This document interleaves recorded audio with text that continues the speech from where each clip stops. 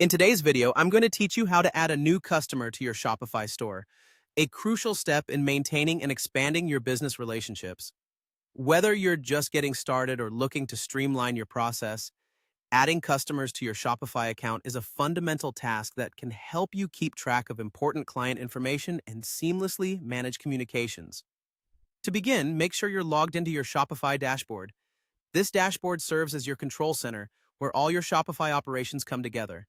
Now direct your attention to the menu on the left side of your dashboard.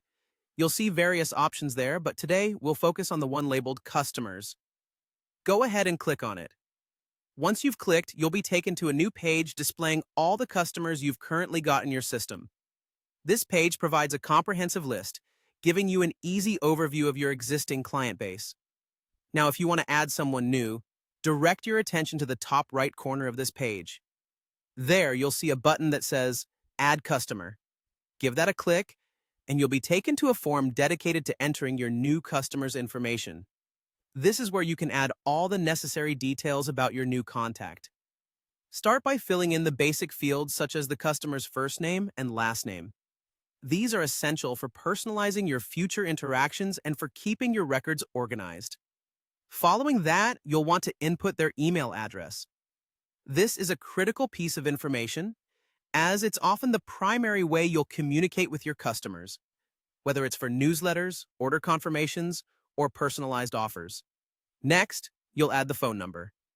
Having a phone number on file can be incredibly useful for direct and immediate contact should you need to reach out quickly or troubleshoot any customer issues.